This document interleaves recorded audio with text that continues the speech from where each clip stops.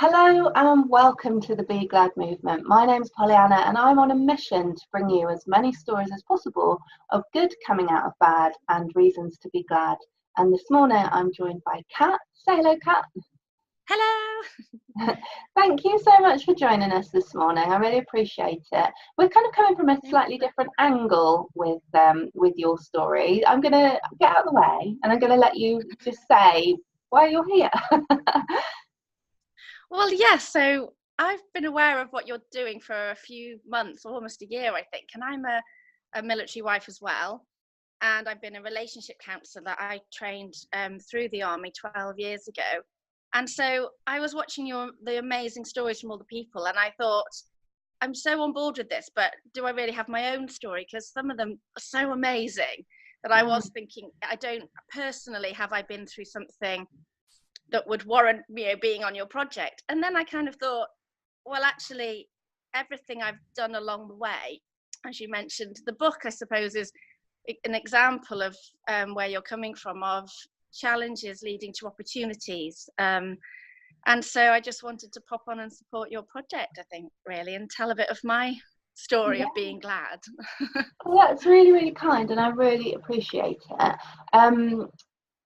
I guess the project has attracted quite big stories, really. And my original hope for the Be Glad movement was so that people would ingrain the glad game into their everyday life. So it doesn't have to be a major story of overcoming adversity. It can be sort of little things like, I was in a real hurry in the morning and I forgot my coat. I got to the car, I forgot my coat, so I had to go back in the house. I was really cross with myself, but then I realised when I got back in the house that I'd left the hob on or something like that. And just using that sort of look for the good all the time in your everyday life.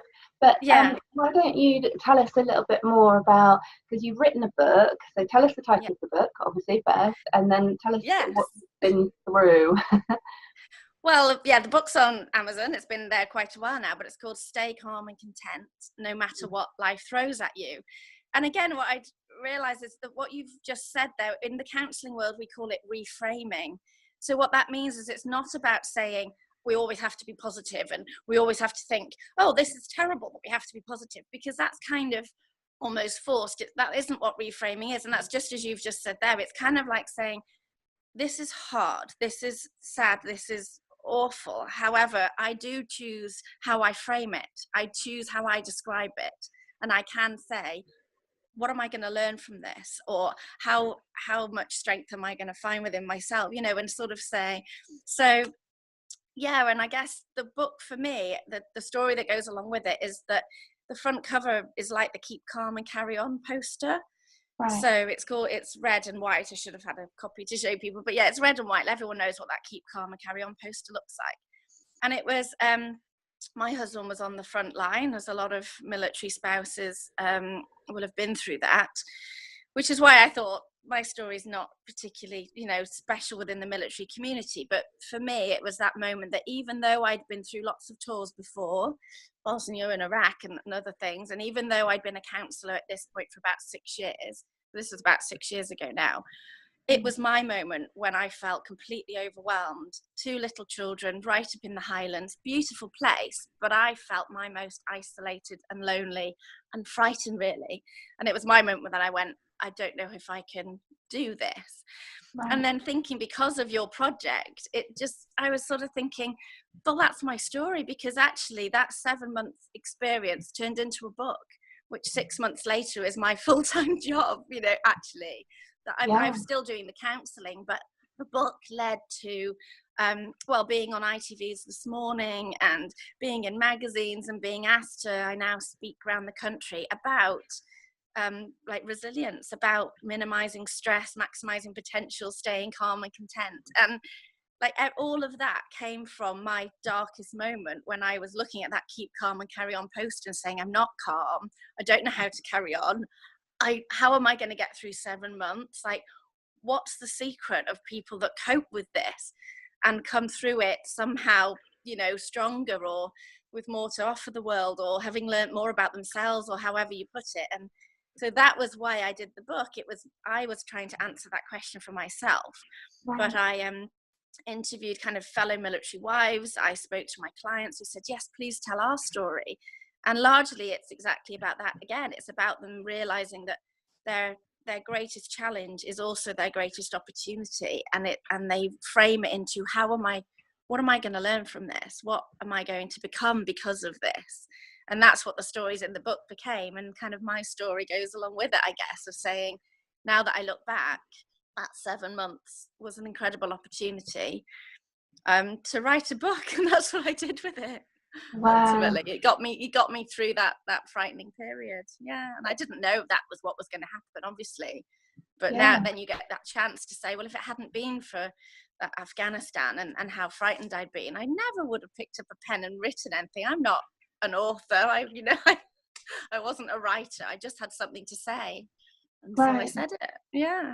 That's fantastic. I love that. And do you know what? I love the fact that you didn't even really realise what was going on, you know, and I think it's Steve Jobs that says, oh, you only sort of connect the dots when you're looking back.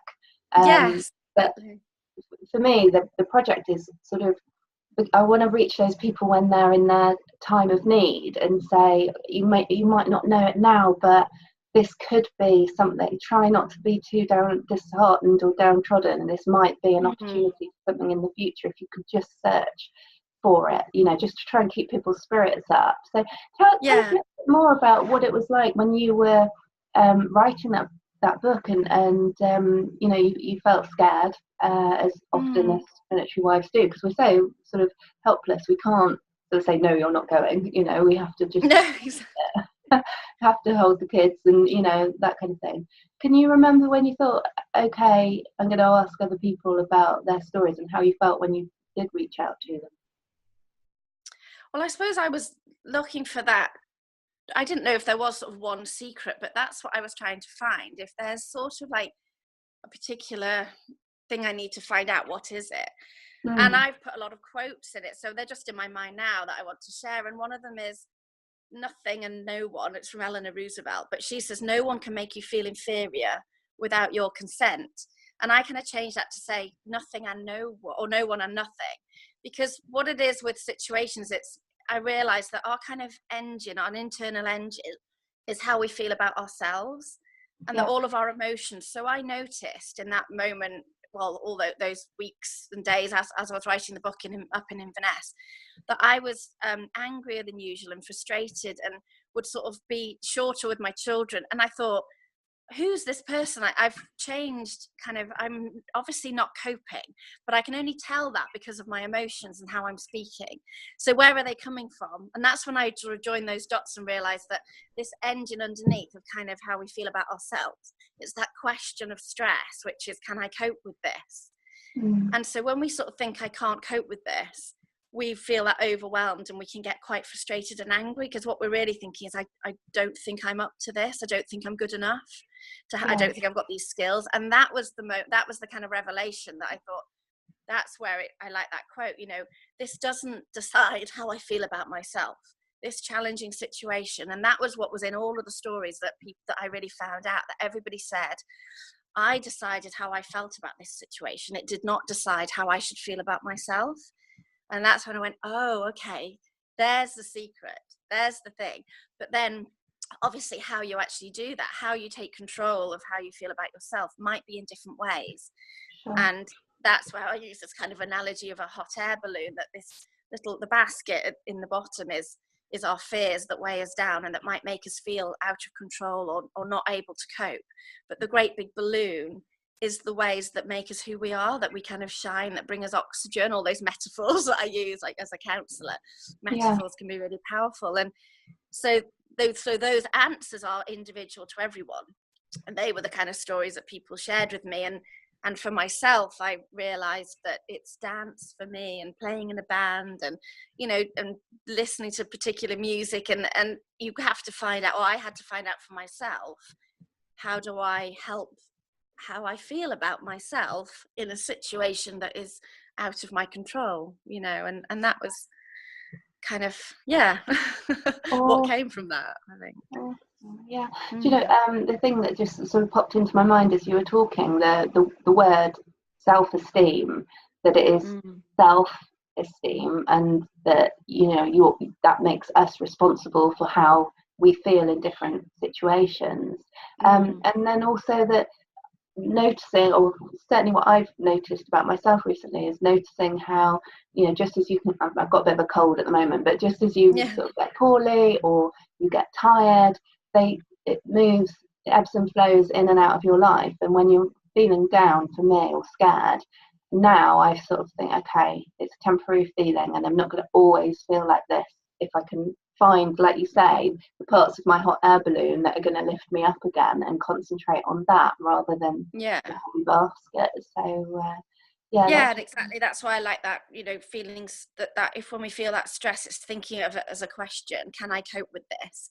And if we are unwell, or, you know, it's okay to say, well, I'm not sure because I'm not well, you know, and I think I need a bit of help to cope with this. The strongest thing is to ask for help.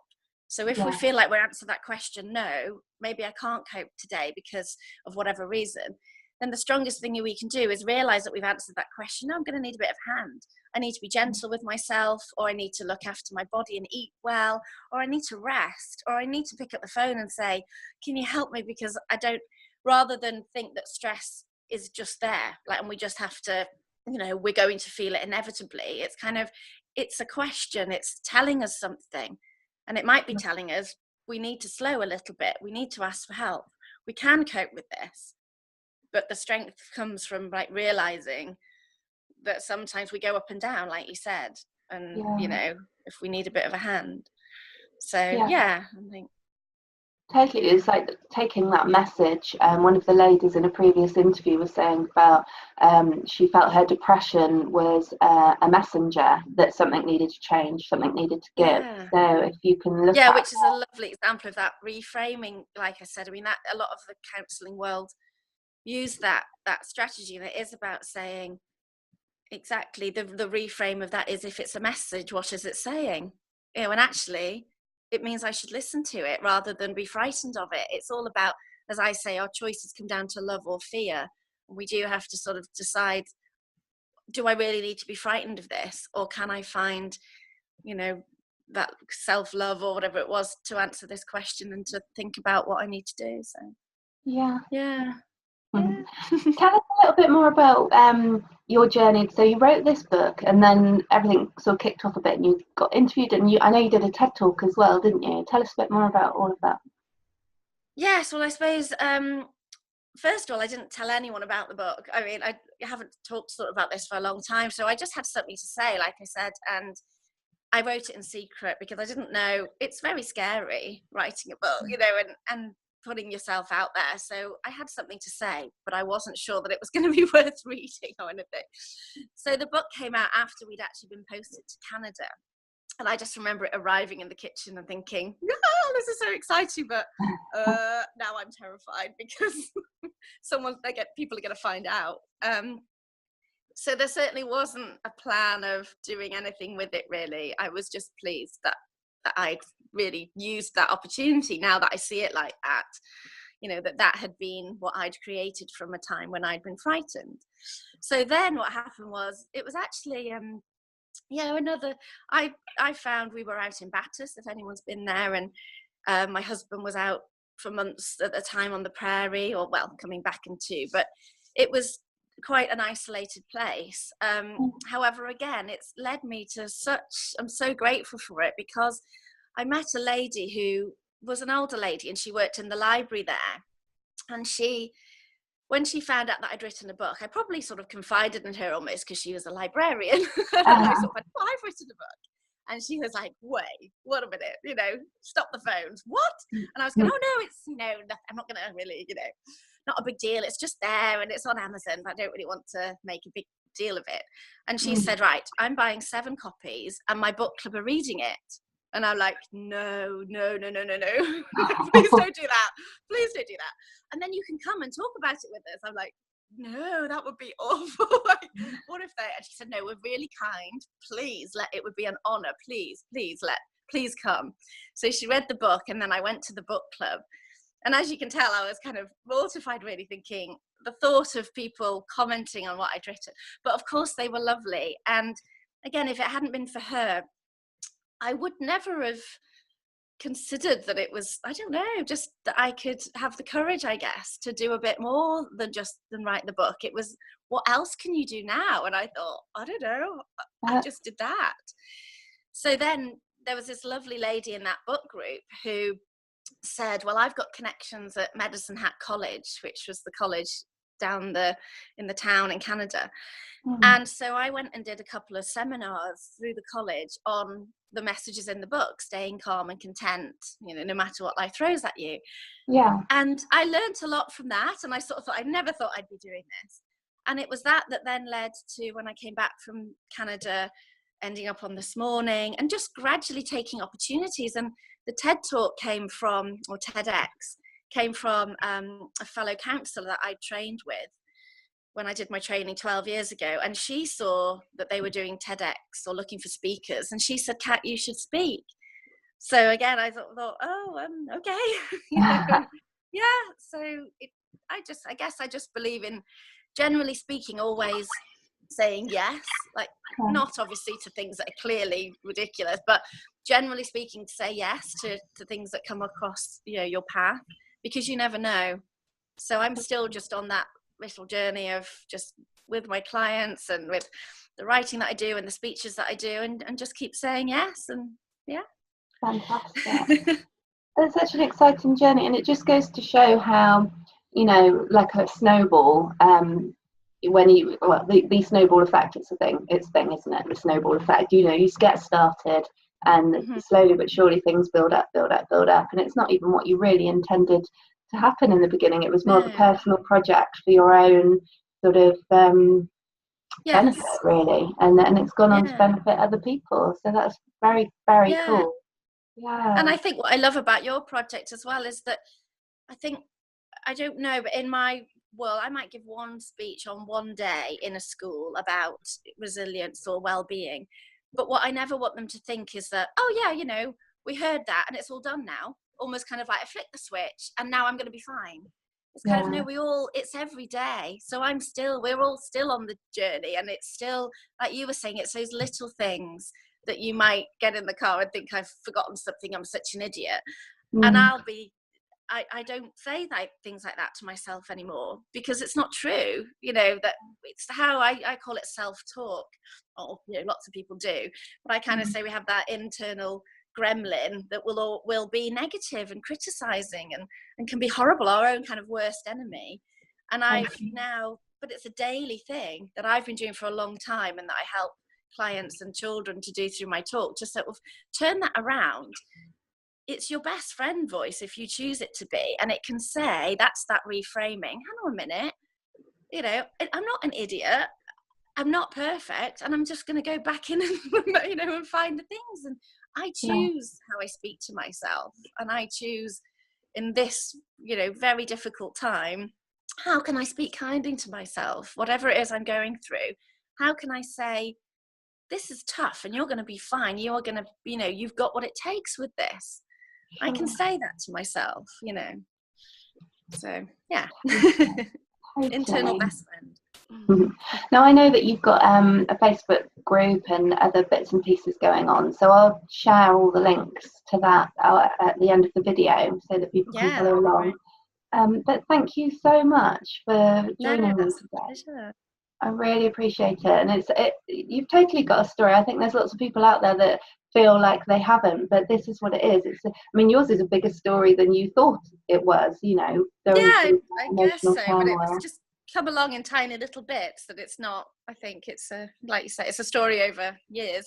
I think if we can ingrain into our lives the whole, okay, things are really, really bad now. I know there's some awful extreme stories out there where people have suffered great losses and personal violations and things like that, which can't just sort of be explained away straight away. So I acknowledge that, but on the little sort of day-to-day things, if we can just sort of, like you say, talk a bit nicer to ourselves and to the people around us, and understand that the people around us might be having a bad day. They might not just be an awful person that wants to be rude to you. It might just be that No, they're going as I through always say, there's always a reason.